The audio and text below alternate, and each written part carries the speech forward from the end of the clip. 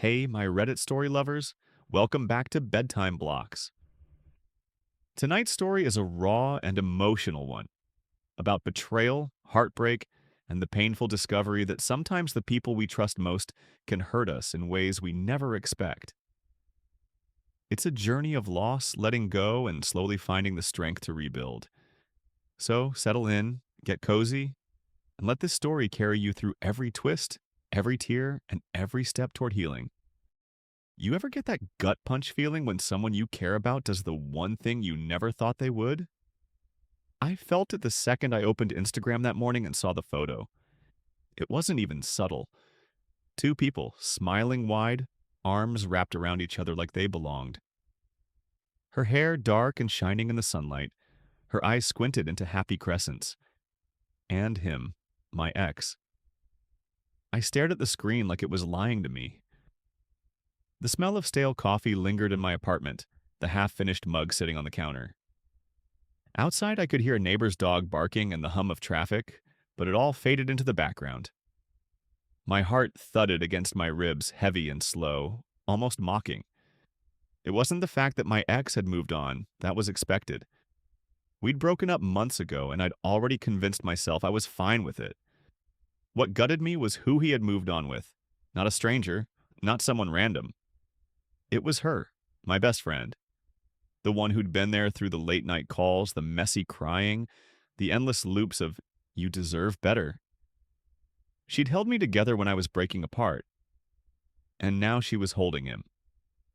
I scrolled through the photo again, reading the caption I wished I hadn't seen. Couldn't be happier. It was a short line, but it felt like a dagger twisted slowly. I wondered if they laughed while posting it, if they thought about me, if they even cared how it would look. My phone buzzed with another notification, someone commenting heart emojis under their picture like this was some fairy tale romance. To everyone else, it probably was. But to me, it was betrayal carved into pixels. And that's when the questions started bubbling up, the ones I didn't want answers to. I dropped my phone onto the couch like it burned me, pressing my palms into my eyes until I saw static colors dancing in the dark. My stomach twisted with a mix of nausea and rage, a storm I couldn't name. I'd trusted her with everything, every secret, every doubt, every little piece of heartbreak he'd left me with. And now, staring at that photo, I couldn't tell if she'd been listening to comfort me or if she'd just been taking notes for later. I kept pacing the small stretch of my living room, the floor creaking in familiar spots, my socks dragging across the rough carpet. The air felt too warm, heavy, like my apartment itself was closing in on me. I thought about calling her, demanding an explanation, but what explanation could make this right? What could she possibly say that wouldn't sound like betrayal wrapped in excuses? Memories kept flashing, one after another. The night I sat cross-legged on her bed with tear-streaked cheeks and she brought me ice cream and told me he wasn't worth it. The time she swore she'd never let a guy come between us because friendship came first. The hundreds of tiny reassurances that now, in hindsight, felt poisoned. Did she mean them back then? Or had something been brewing all along? I grabbed my phone again, scrolling through their photos. There weren't many yet, but each one felt like a punch in the ribs. The smiles looked too easy, too natural, like they hadn't just crossed a line that should have been untouchable. My throat tightened, and I muttered out loud to nobody, "You've got to be kidding me." A knock at my door startled me so hard I nearly dropped my phone again. The sound echoed through the quiet apartment, sharp and insistent. My heart lurched, and for a second, I wondered if it was her, if she'd come to explain before I found out some other way. I wasn't sure if I was ready to face her, but my feet carried me to the door anyway. My hand hovered over the doorknob, clammy and tense. The knocking came again, quicker this time, like whoever it was didn't plan on leaving until I opened up. I pulled the door open, and for a split second, I felt both relief and disappointment. It wasn't her. It was Mark, my upstairs neighbor, holding a small Amazon package that clearly belonged to me. "Hey," he said casually, shifting the box in his hands. This got dropped off at my place by mistake. I blinked, trying to pull myself out of the hurricane of thought still raging in my head. Oh, thanks. Appreciate it. My voice sounded distant, like I wasn't even in the room with myself. Mark gave me a quick smile, but then his brow furrowed. You okay? You look I don't know, pale? I forced a laugh, the kind you give when you want someone to stop asking questions. Yeah, just tired. Long morning already. He nodded, though not convinced, before handing me the package and heading back down the hall. The door clicked shut behind me, and silence filled the space again. I dropped the box onto the counter without opening it. My appetite for anything normal was gone. The truth was, I didn't feel tired. I felt hollow, like someone had scooped out all the solid parts of me and left only noise behind. My thoughts circled endlessly. When had it started? Did she tell him about me while it was happening? Was I a joke in their private conversations? I collapsed onto the couch, phone in hand again, scrolling back months, even years through the old photos of us three together. Trips to the lake, late-night drives, birthday parties where they'd been standing side by side, both smiling at me. My gut clenched tighter. Were they always this close? The longer I stared, the more a sickening possibility grew inside me. That maybe I'd been the outsider all along. And once that thought lodged itself in my brain, I couldn't let it go. I couldn't sit still. The walls felt too close, the silence too loud. I grabbed my jacket and keys, practically stumbling out the door just to breathe air that didn't taste like betrayal. Outside, the crisp morning wind slapped against my face, stinging my cheeks. The sky was overcast, gray and restless, matching the mess inside my chest. I walked fast, no destination in mind, just letting my feet hit the pavement in sharp, uneven steps. The sounds of the city, car horns, chatter from a coffee shop patio, the hum of life around me, blurred together into white noise.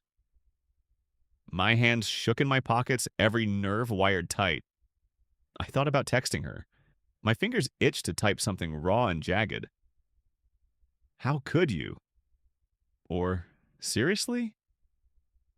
But I didn't. Because deep down, I knew she'd have some calm, measured response. Something that sounded reasonable on the surface, but would only make me feel smaller. She'd always had that gift. Words like silk, even when they cut. Instead, I ducked into a cafe on the corner, the smell of roasted beans and baked bread wrapping around me. I ordered a black coffee I didn't really want, and sat in the corner staring at the steam rising from the cup. Every time the door opened, I half expected to see her walk in.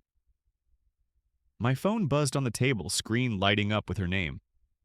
My pulse spiked. It was a text, just 2 words. Can we talk? I stared at it, my throat dry, heart pounding so hard I thought people around me might hear it.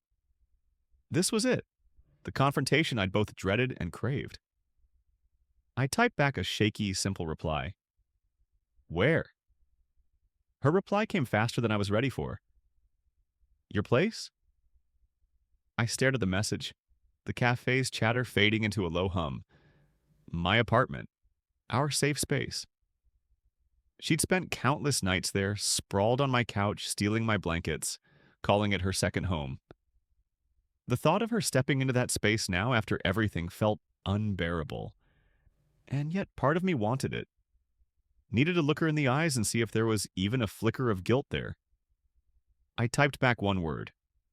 Fine. The walk home felt like a countdown, every step heavier than the last. By the time I unlocked my door and tossed my keys onto the counter, my palms were damp and my chest felt too tight. I didn't know what I'd say or if my voice would even work once she arrived. Minutes dragged like hours. I paced the living room, stared at the unopened package on the counter, checked my phone over and over again. Finally, a soft knock rattled the door. My stomach dropped. I opened it, and there she was. Emma. Her face was as familiar as it was foreign now. Dark eyes, glossy hair pulled back into a messy bun, lips pressed into a thin, nervous line. She wasn't smiling. That almost made it worse, like she knew exactly what she'd done. "Hey," she said quietly, voice carrying that softness that used to feel like comfort. I stepped aside wordless, letting her in. She moved cautiously, setting her bag down near the couch like she'd been here 1,000 times, but wasn't sure she was welcome anymore. The silence between us was suffocating, thick enough to choke on. Finally, she turned, her hands twisting together. "I know you saw," she said, "and I know this looks bad." Her voice wavered just enough to make my chest ache, though I didn't want it to. I swallowed hard, every word I'd rehearsed dissolving into a lump in my throat. "Bad?" I finally said, my voice sharper than I intended. "Emma, it looks like betrayal." She flinched at the word, eyes dropping to the floor. "I didn't want you to find out like that," she whispered. My laugh came out bitter, raw. "Oh, so the problem isn't what you did, it's that the announcement wasn't timed better?" Her jaw tightened, but she didn't snap back. That was Emma's style. Always calm, always careful, even when she was stepping on landmines. "It wasn't planned," she said, looking up at me finally. "It just happened." "It just happened," I repeated, my voice shaking. "You're talking about him, Emma, the guy who broke me. The guy you swore I was better off without. And now you're what, posting love heart captions with him?" Her eyes glistened, but she didn't look away. "I didn't mean to hurt you. You know I care about you." The word care felt like a slap. Care doesn't look like this. Care doesn't mean slipping into the arms of the one person who left me shattered. I wanted to scream that at her, but my voice betrayed me. It cracked instead. "Then why him? Out of everyone in the world, why him?" Her silence stretched long, heavy. Finally, she said, "Because I didn't expect to fall for him, and I did." The word sat between us like a grenade, the pin already pulled. My chest tightened, my eyes burning hot. All I could think was that she hadn't just stolen him. She'd stolen the story I thought I'd left behind. I turned away, unable to look at her, my throat closing around every word I couldn't say. Behind me, I heard her take a shaky breath. "I came because I don't want to lose you too." The audacity of that nearly knocked me off my feet. Her words echoed in my head like a cruel joke. "I don't want to lose you too." My hands clenched at my sides, nails biting into my palms. I turned to face her, my voice low but trembling. "You already lost me, Emma. The second you decided he was worth more than everything we had. You lost me." Her lips parted like she wanted to argue, but no words came. She just stood there, shoulders curled in, eyes wide, and for a moment I almost saw the girl who'd sat cross-legged on my bedroom floor when we were 15, painting each other's nails and swearing we'd never let anyone break us apart. My chest ached with the weight of that memory, like it was pressing ribs inward. "I thought," she started, voice barely audible. "I thought you'd understand eventually, that maybe when enough time had passed you'd see it wasn't about betraying you. It was about following where my heart went." I shook my head, laughing bitterly. "Your heart led you straight to the one person who ripped mine out.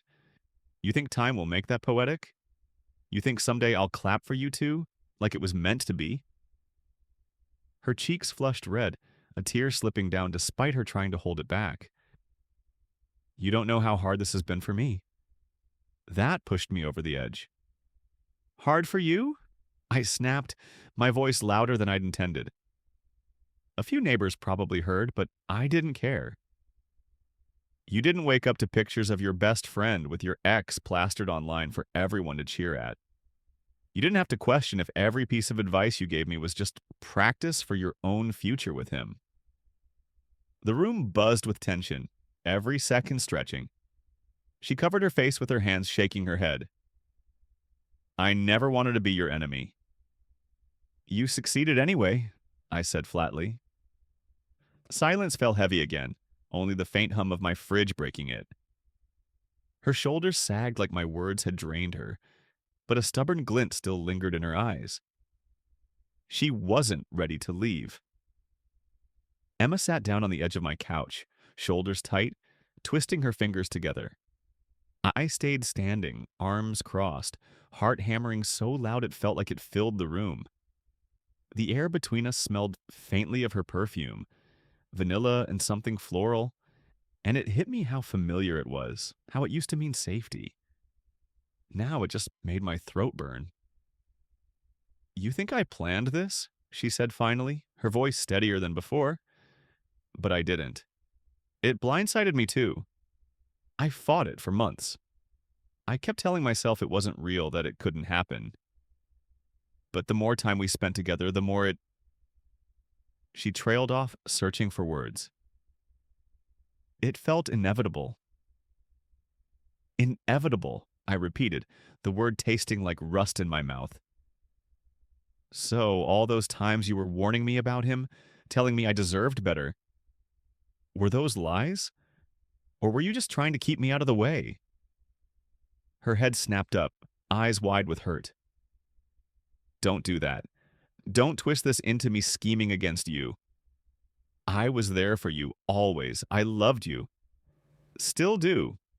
Just not the same way you wanted me to." The admission sat heavy in the air, more painful than I expected. My knees weakened, so I leaned against the counter, gripping it for balance. She said it so plainly, like it was simple. Like destroying the foundation of everything we built could be boiled down to different kinds of love. "Emma," I whispered, my throat tight, "do you even realize what you've taken from me? You didn't just choose him. You took away the one person I thought would never choose anyone over me." Her tears finally fell freely then, streaking down her cheeks as she whispered, "I hate that I hurt you, but I can't hate that I love him." The words cracked through me like glass shattering, and that was the moment I realized we couldn't go back. Not after this. I couldn't answer her. My throat locked up, my chest too tight to let anything out. I just stared, caught between anger so sharp it made my hands tremble and grief so deep it felt like drowning. Emma sat there, trembling too, but for entirely different reasons. I think she wanted me to comfort her, to wipe away those tears, to tell her it was all going to be okay. That's what I always did, but I didn't move. "You have to believe me," she whispered, voice breaking. "You're my best friend. I never meant for this to destroy us." I laughed, but it was hollow, jagged. "You say that like we aren't already ruined." Her face crumpled, her hands balling into fists in her lap. "So that's it then?" "One mistake." "One mistake?" My voice cracked on the words. "Emma, a mistake is forgetting my birthday. A mistake is spilling wine on my couch. Dating my ex isn't a mistake. It's a choice, a deliberate, selfish choice." Her jaw tightened, and for the first time there was fire in her eyes. "Selfish? You think love cares about timing? About rules?" "I didn't fall for him to spite you. I fell because I couldn't stop myself. Because he sees me in ways no one else has." I flinched like she'd slapped me. "Even more than me?" I asked softly. Silence. That silence said everything. I turned away, blinking hard because the tears finally burned their way to the surface. "Get out, Emma." Her sharp inhale cut the air, but she didn't argue. She stood slowly, grabbing her bag, wiping her cheeks with the back of her hand. She walked to the door, hesitated, then whispered, "I'll always love you, even if you hate me." The door clicked shut behind her, and just like that, the weight of her absence hit me harder than her presence ever had. I sank to the floor, knees pulled to my chest, sobs shaking out of me in ragged waves. For the first time, I let myself break, and the silence that followed felt infinite. The days after that blurred together. I went through motions like a ghost, showering, working, eating when I remembered to, but everything felt muted, like someone had turned the volume down on life. My apartment was too quiet without her dropping by unannounced. My phone, once lit up with her messages, now stayed dark. But Instagram? That kept reminding me. More photos of them started popping up. A coffee date here, a walk in the park there, always smiling, always looking like something out of a romance movie. Each one was another cut, and I hated myself for still looking. Still scrolling, still letting their happiness ruin my day. One night I sat in bed staring at the ceiling while rain tapped against my window. The smell of damp earth drifted in through the cracked glass, and I wondered if they were together right then. If he was brushing her hair back, whispering the same words he once told me. Did she laugh the same way I used to when he teased? Did he hold her tighter than he held me? The questions were torture, but they wouldn't stop. I wanted to text her, to scream, to beg, to say why wasn't I enough for either of you? But every time my fingers hovered over the keyboard, I froze. Because deep down, I knew the answer. I wasn't their choice. And that reality gutted me more than anything. Still, part of me missed her. The friendship. The late-night drives, the inside jokes, the safety of knowing someone always had my back. It felt like a phantom limb, gone but still aching. I closed my eyes, tears slipping down. I told myself over and over that I'd be fine, that one day this would hurt less. But that night, it felt like the pain had only just begun. The universe must have a twisted sense of humor because, of course, I ran into them sooner than I was ready. It was a Saturday afternoon, the kind of day when the air feels too heavy and the sunlight feels like it's mocking you for staying indoors. I decided to brave the grocery store, headphones in, head down, just trying to get through the list without bumping into anyone I knew. And then I turned the corner by the produce aisle. There they were, Emma and him, standing by the apples like some nauseating advertisement for young love, heads tilted together, laughing at something I couldn't hear. His hand rested casually on the small of her back, like it had once rested on mine. The sound in my ears died as I pulled my headphones out. My chest tightened, my pulse pounding so hard I thought I'd drop the basket I was holding. Emma's eyes flicked up, meeting mine across the aisle. For a split second, her smile faltered, but she didn't step away from him. I froze. Every instinct screamed at me to run, but my legs wouldn't move. It was him who spoke first, his voice too familiar, too smug. "Hey!" I clenched my jaw. "Don't!" Emma's face softened, like she wanted to say something, but I shook my head before she could. "Don't pretend this is normal." My voice was low, but sharp enough to cut. Shoppers bustled around us, oblivious to the storm brewing in the fruit aisle. Emma's hand hovered like she wanted to reach out, but she let it fall. "I didn't know you'd be here," she said quietly. I laughed bitterly. Guess Betrayal doesn't check my schedule first. Her eyes glistened, but she didn't move closer.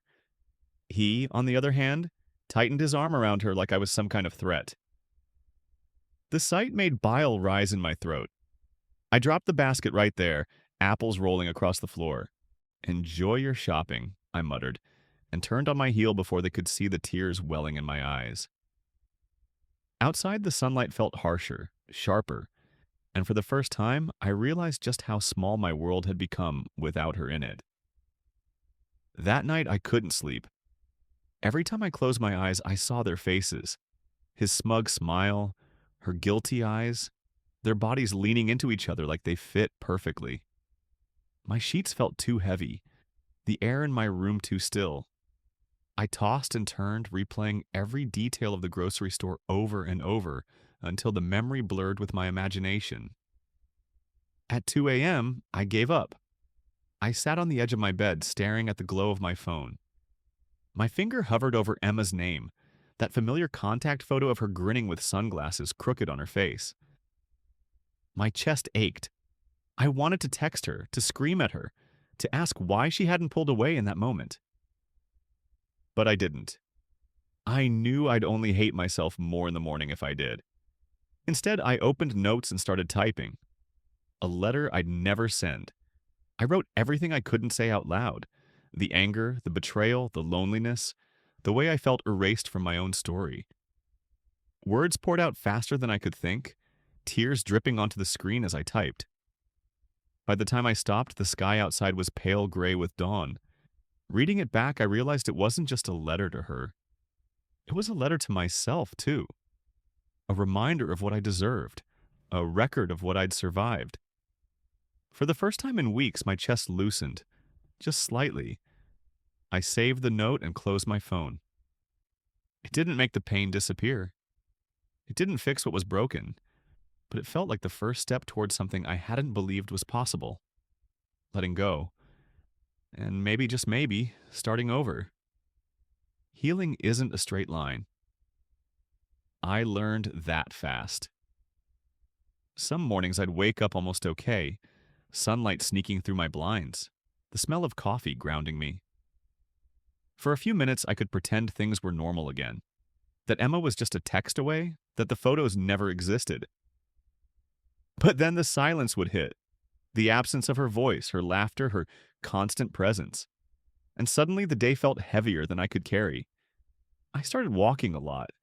Aimless walks through the park, around my block, even into neighborhoods I'd never bothered exploring before. The sound of leaves crunching under my sneakers, the cool wind brushing my skin, it was the only thing that pulled me out of my head. I'd pass strangers talking, kids on bikes, couples holding hands, and I'd wonder how many of them carried quiet betrayals tucked beneath their smiles. One afternoon, I sat on a park bench, staring at the pond where ducks glided across the surface, ripples breaking the still water. My phone buzzed in my pocket. For the first time in days, my heart didn't leap at the thought of it being Emma. When I pulled it out, it wasn't her anyway, just a coworker asking about a project. I exhaled, realizing I'd stopped bracing myself every time her name might appear. That felt like progress. Still, progress didn't erase the ache. At night, it returned sharper than ever, echoing in the dark. I'd find myself replaying conversations, her promises, her reassurances, and twisting them in my mind until I couldn't tell what had been real. I thought about unfollowing her, blocking them both, erasing every digital trace. But something always stopped me. Maybe I was still holding on to the scraps of who we'd been. Or maybe I wasn't ready to admit they didn't deserve space in my life anymore.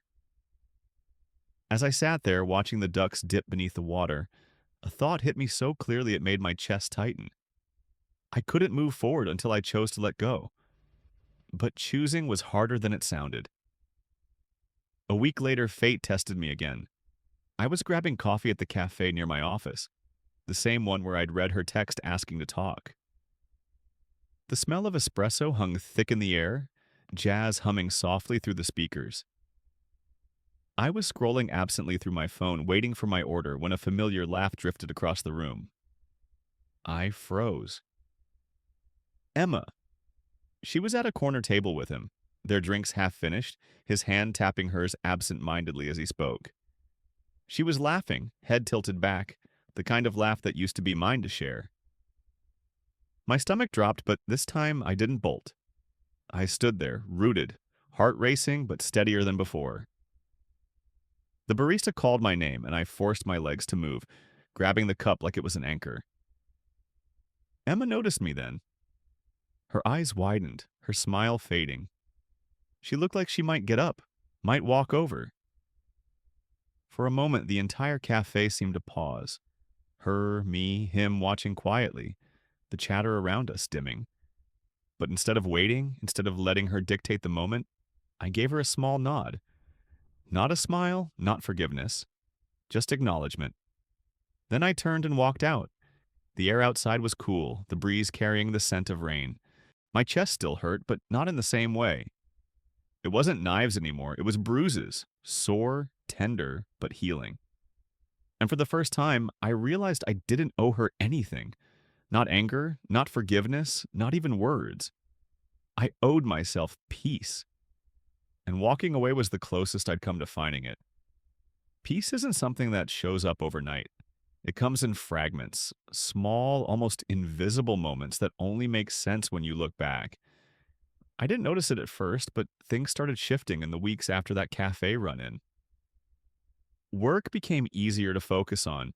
I wasn't zoning out at my desk, replaying conversations with Emma or obsessing over what she might be doing. My coworkers began inviting me out more, and instead of making excuses, I actually went. A trivia night at a bar, a hike on Saturday morning, even just lunch outside on the steps laughing at dumb jokes. It felt foreign at first, like trying on clothes that didn't quite fit yet, but slowly I settled into it. And then there was Lily. She was new at the office, transferred from another branch, quiet at first, but with this quick wit that always slipped out when you least expected it. The first time we really talked, it was about something stupid, the printer jamming again. But somehow the conversation spiraled into a half hour of banter, and for the first time in months, I realized I was smiling without forcing it. Lily had this way of listening, of tilting her head just slightly when you spoke, like every word mattered. It wasn't heavy or complicated. There was no history weighing us down, no ghosts in the background, just ease. One evening, after staying late at the office, she offered me a ride home. The car smelled faintly of peppermint gum, soft music humming from the speakers. We talked the whole drive about everything and nothing. Favorite movies, childhood pets, dreams we half believed in. By the time she dropped me off, my chest felt lighter. When I closed the door behind me, I realized I hadn't thought about Emma once during that entire conversation. That felt like a victory. A small one, maybe, but a victory all the same. Of course, healing isn't without setbacks. The very next weekend, while out with coworkers, I spotted Emma again. This time it was at a downtown bookstore, sunlight streaming through the tall windows, dust motes floating in the air like sparks. She was alone, browsing the fiction shelves, a coffee cup balanced in her hand. My first instinct was to duck behind the nearest display, heart thudding in my chest. But something stopped me. I realized I wasn't trembling. My stomach didn't drop the same way it used to. There was still an ache, sure, but it was duller, less consuming. I stood there for a moment, just watching. She looked the same. Hair tucked behind her ear, that faint crease in her brow when she was concentrating. For a split second, I remembered all the afternoons we'd spent in bookstores together, sharing recommendations, laughing at cheesy covers. The nostalgia stung, but it didn't break me. Emma turned, noticed me. Her eyes widened slightly, then softened. She gave a small, tentative smile like an olive branch. I didn't return it, but I didn't glare either. Instead, I gave a simple nod, polite, distant. Then I turned back to my group who were laughing over in the travel section. As I walked away, I felt something I hadn't expected. Power. Because for the first time, I wasn't defined by her presence. I wasn't unraveling just because she was near. I was making a choice. Where to look, where to walk, where to place my energy. And my energy wasn't hers anymore, it was mine. The connection with Lily grew almost without me noticing. It wasn't fireworks or grand gestures, it was quiet, steady, like a candle flame you didn't realize was warming the whole room until you stepped away from the cold. She'd stop by my desk in the mornings, coffee in hand, teasing me about how I always looked half asleep until noon. We started eating lunch together more often, trading sandwiches, or debating whether pineapple on pizza was a crime. It felt easy. Safe. One Friday evening, after a long week, a group of us went out for drinks. Somehow, Lily and I ended up tucked in a corner booth, talking over the noise of the bar. She asked me about my past, about old friendships, old loves. My chest tightened, the shadow of Emma creeping in, but I surprised myself by answering honestly without breaking apart. I told her about betrayal, about trust that had cracked in ways I didn't think could be repaired. She listened quietly, her eyes soft but steady. When I trailed off embarrassed for spilling so much, she said, "You don't look broken. You look like someone still standing." Something in me shifted at that. No pity, no judgment, just recognition. Later that night, when we said goodbye on the sidewalk, the air cool and crisp around us, she hesitated before stepping closer. "Can I give you a hug?" she asked. It was such a simple question, but it caught me off guard. I nodded, and when her arms wrapped around me, it wasn't complicated. It didn't ache. It just felt good. Walking home under the glow of streetlights, I realized my chest wasn't heavy for the first time in what felt like forever. Maybe, just maybe, I was ready to let someone new in. But healing is cruel sometimes. Just when you think you're past the worst, something pulls you back. A week later, Lily and I went to a small art festival downtown. The streets were lined with stalls of handmade jewelry, paintings, the smell of fried food drifting through the air. I was actually having fun, laughing with her, tasting kettle corn, debating which booth had the best candles. And then I saw Emma. She was there with him, of course. They were standing near a pottery stall, his arms slung casually around her shoulders, her head tilted against him like she belonged there. My heart stuttered, but this time it wasn't panic. It was complicated, like hearing a song you used to love but couldn't quite sing along to anymore. Emma's eyes found mine almost instantly. For a second, we both froze. She opened her mouth like she might call out, but then her gaze shifted. To Lily. Her expression changed. I saw it. The flicker of realization, the sting in her eyes as she pieced it together. That someone else was standing beside me now, someone laughing easily at my side, someone I didn't flinch to be near. I didn't say anything. I didn't even nod this time. Instead, I reached for Lily's hand, not to prove a point, not out of spite, just because I wanted to.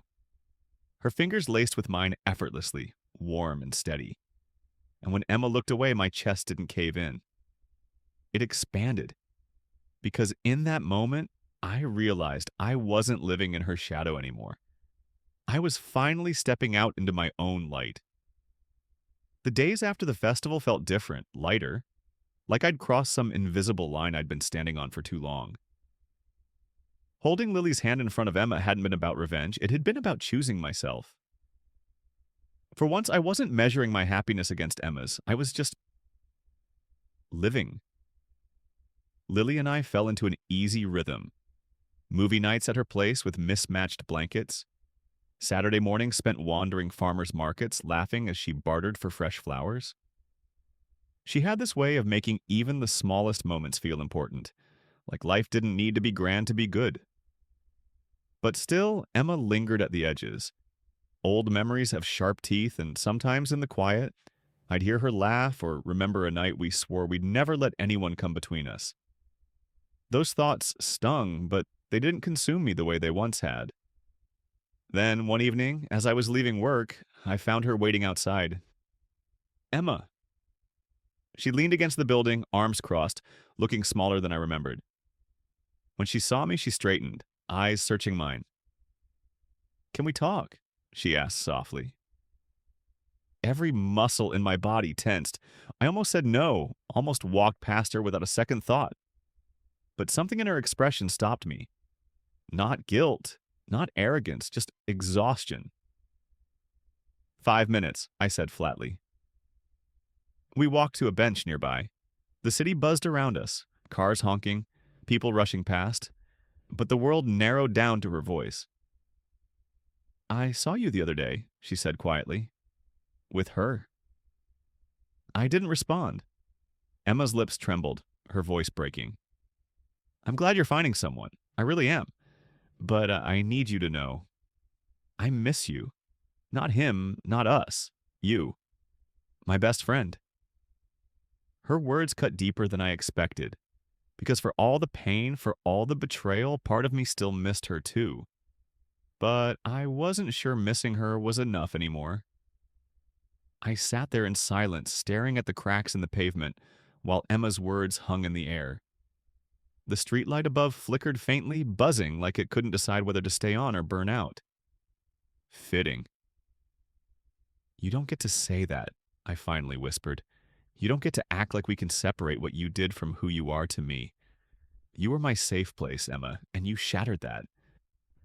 Her eyes brimmed with tears, but she didn't look away. I know, and I hate myself for it. If I could undo it, I would, but I can't. All I can do is tell you that losing you has been worse than anything else." For a moment, I almost believed her. The rawness in her voice, the crack in her composure, it all tugged at the part of me that remembered our history, our promises. But then Lily's laugh echoed in my memory. The warmth of her hand in mine, the ease of her presence. And suddenly, I understood. "I can't go back," I said firmly, my voice steadier than I felt. "Even if I wanted to. You made your choice, Emma, and now I'm making mine."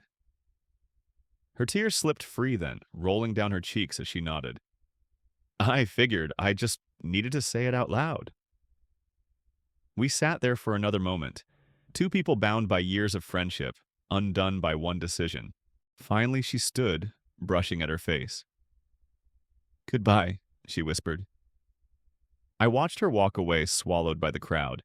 This time I didn't chase her. For the first time, letting go didn't feel like losing. It felt like freedom. Freedom is a strange thing. At first it feels empty, like standing in a room stripped of furniture, echoes bouncing off bare walls. But slowly it starts to feel like space. Space to breathe, to move, to rebuild. That's what the weeks after saying goodbye to Emma felt like. I threw myself into small routines. Morning runs, even when the sky was gray. Cooking meals from scratch instead of eating takeout over the sink. Filling my apartment with plants, their leaves stretching toward the sun like they knew something I didn't. It wasn't glamorous, but it was mine. And in that simplicity, I started to feel whole again. Lily slipped into that space naturally. She didn't rush me or push me to define what we were. She just showed up. A text checking if I'd eaten. A playlist she made for my morning runs. A Saturday afternoon spent wandering thrift stores until our arms ached from carrying too many finds.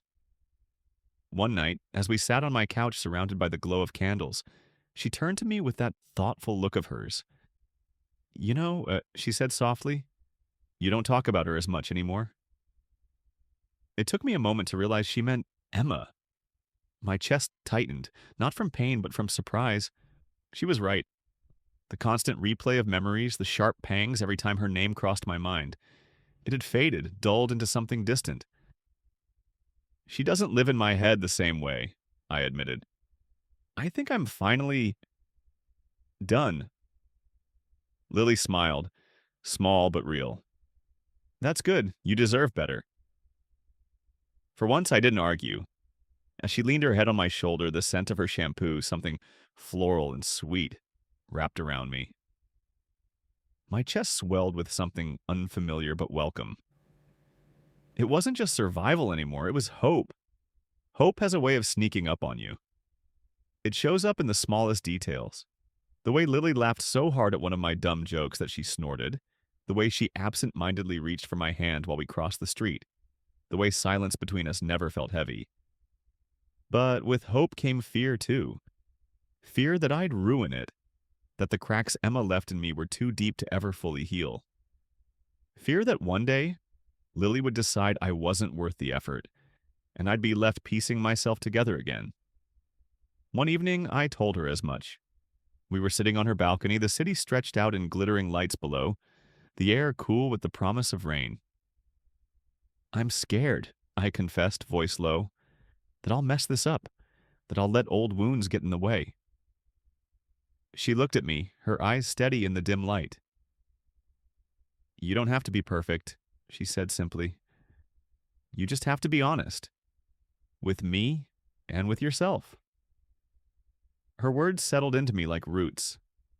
For the first time, I realized healing didn't mean erasing the pain. It meant carrying it differently. Lighter? Not letting it drag me backward anymore. A week later, I did something I'd been putting off for months. I opened Instagram, scrolled to Emma's profile, and hit unfollow. My finger hovered over the screen for a long moment, but when I finally tapped, my chest loosened. It wasn't about hate. It wasn't about erasing her existence. It was about reclaiming mine. That night, as I lay in bed, Lily's laughter still echoing in my ears, I understood something I hadn't before. The past had shaped me, yes, but it didn't own me. I was finally free to write a new story, and this time it was mine alone. I thought closing that chapter would be the end of it. Unfollowing Emma felt like finally cutting the last string tethering me to her, and for a while it was peaceful.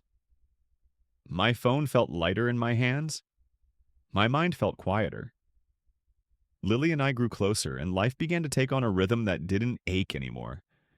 But life has a way of throwing one last test at you, just to see if you've really learned. It came on an ordinary Thursday evening. I was leaving work, rain spattering against the pavement, when I heard my name called from across the street. I turned, and there she was, Emma. Alone. No him. She rushed over, hood pulled up, raindrops clinging to her hair. For a second, seeing her again like that, I felt a pang of something. Nostalgia, grief, maybe both. "I need to talk to you," she said, breathless, eyes wide. I sighed, exhausted just from the sight of her. "Emma, we've already said everything." "Not everything," she insisted. Her voice cracked, rain dripping down her cheeks like tears. "I broke up with him." The words hit me like a stone thrown into still water, ripples spreading fast. My first reaction wasn't joy or even sympathy. It was disbelief. "And? What does that change?" She flinched, wrapping her arms around herself. "It means I see it now. Everything I gave up, everything I lost, you. He wasn't worth it. He was never worth it." I stared at her, searching her face for the girl I used to know. The one who promised me friendship above all else. The one who betrayed that promise anyway. But all I saw was someone too late. "Emma," I said softly, my voice steadier than I felt. "I don't hate you. I really don't, but I can't go back. Not after everything." Her eyes filled, but she nodded, like deep down she already knew. I just needed to say it, to say I'm sorry. For the first time, I believed her, but belief didn't mean return. When I got home that night, Lily was waiting on my couch, wrapped in a blanket, scrolling through her phone. The smell of popcorn hung in the air, warm and buttery. She looked up, smiling softly. "Hey, long day?" I dropped my bag, sinking into the cushion beside her. The warmth of her presence settled over me like a shield, like safety. "I saw Emma," I admitted. Her smile faltered, but she didn't press, just waited. "She said she ended things with him, that she's sorry." I rubbed my face, the rain still clinging to my jacket.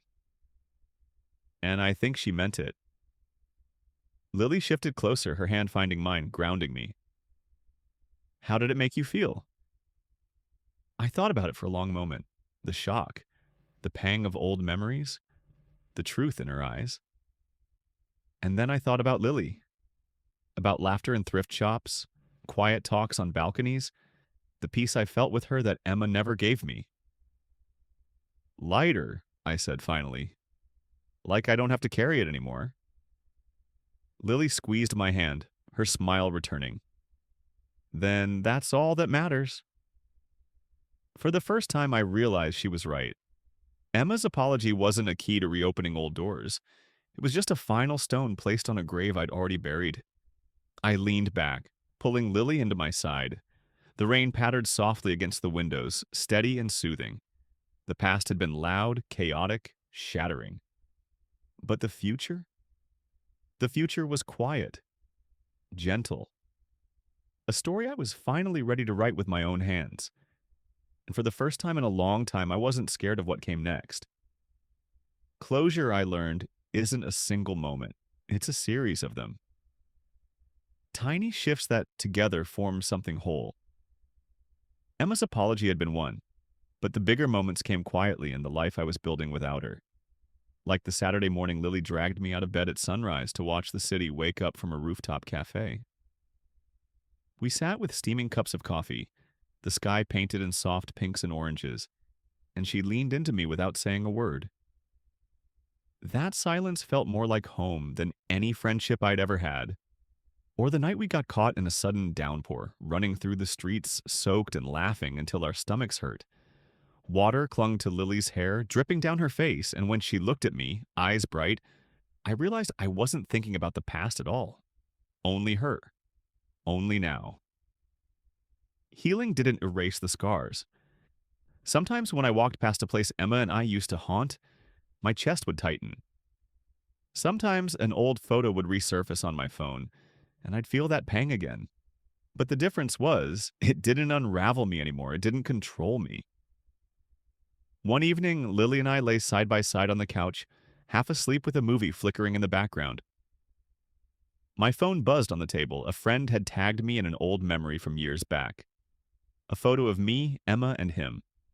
Smiling, arms linked, before everything fell apart. I showed it to Lily. For a moment, she studied it, then glanced at me. "That was a different you," she said softly. She was right. That version of me had trusted blindly, had given everything without expecting the ground to ever give way. This me? I was stronger. Not because of Emma, not because of him, but because I chose to rebuild. I deleted the photo, not out of anger, not out of spite, but because I didn't need it anymore. Months later, I saw Emma one last time. Not planned, not dramatic, just life weaving us into the same space. A friend's birthday party at a downtown bar. She walked in halfway through the night, her smile subdued, her eyes catching mine across the room. For a moment, we just looked at each other, no words, no waves, no need. And then, almost imperceptibly, she smiled. Not the kind of smile that asked for forgiveness, not the kind that carried hope. Just acknowledgement. A quiet nod to the fact that we had once mattered, and now we were different people. I smiled back, small but genuine. Then I turned to Lily, who was laughing with friends, her hand brushing mine as if it belonged there. Emma didn't approach me that night, and I didn't approach her. We didn't need to. Because the truth was, I wasn't angry anymore. I wasn't broken. I was free. As Lily leaned into me, the sound of music swelling around us, I realized the story wasn't about Emma at all. Not anymore. It was about me. About finding strength in loss, about learning to let go, about opening my heart again, even when I thought it was impossible. Life has a way of circling back, not to reopen old wounds, but to show you just how far you've come. Months after that birthday party, I found myself sitting on my balcony with Lily on a warm summer night, the city glowing beneath us. We weren't doing anything special, just sharing a bowl of strawberries, trading stories about our day. The kind of quiet evening that used to feel impossible in the aftermath of everything. And that's when it hit me. I was happy. Not the kind of happiness that comes in short bursts or masks a deeper ache, but the kind that lives in your bones. Steady. Lasting. I thought back to the day it all started. The photo on Instagram, the gut punch of betrayal, the nights when I couldn't imagine breathing without the weight of it pressing down on me. And yet, here I was, breathing, laughing, loving. The scars were still there, yes, but scars aren't signs of weakness. They're proof that you survived what was meant to break you. Emma had once been my whole world, and losing her felt like losing myself. But sitting beside Lily, watching her smile softly at something on her phone, I realized I'd built a new world.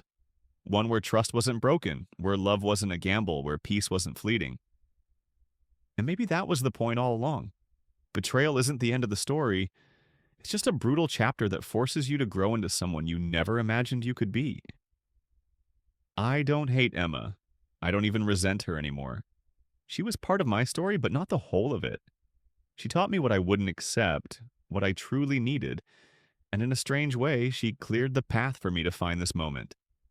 So if you've ever felt that same gut punch, if you've ever been shattered by the people you trusted most, let me tell you this. The pain doesn't last forever. One day you'll wake up and realize you're not just surviving, you're living again. And when that day comes, you'll finally understand what I do now. Sometimes losing them is how you find yourself. And that's where we'll leave it for tonight, my Reddit story lovers. Thanks for staying with me through this journey of love, loss, and finding peace again. If this story resonated with you, don't forget to like the video, subscribe to Bedtime Blocks, and share your thoughts down in the comments. Until next time, sleep well, dream easy, and I'll see you in the next one.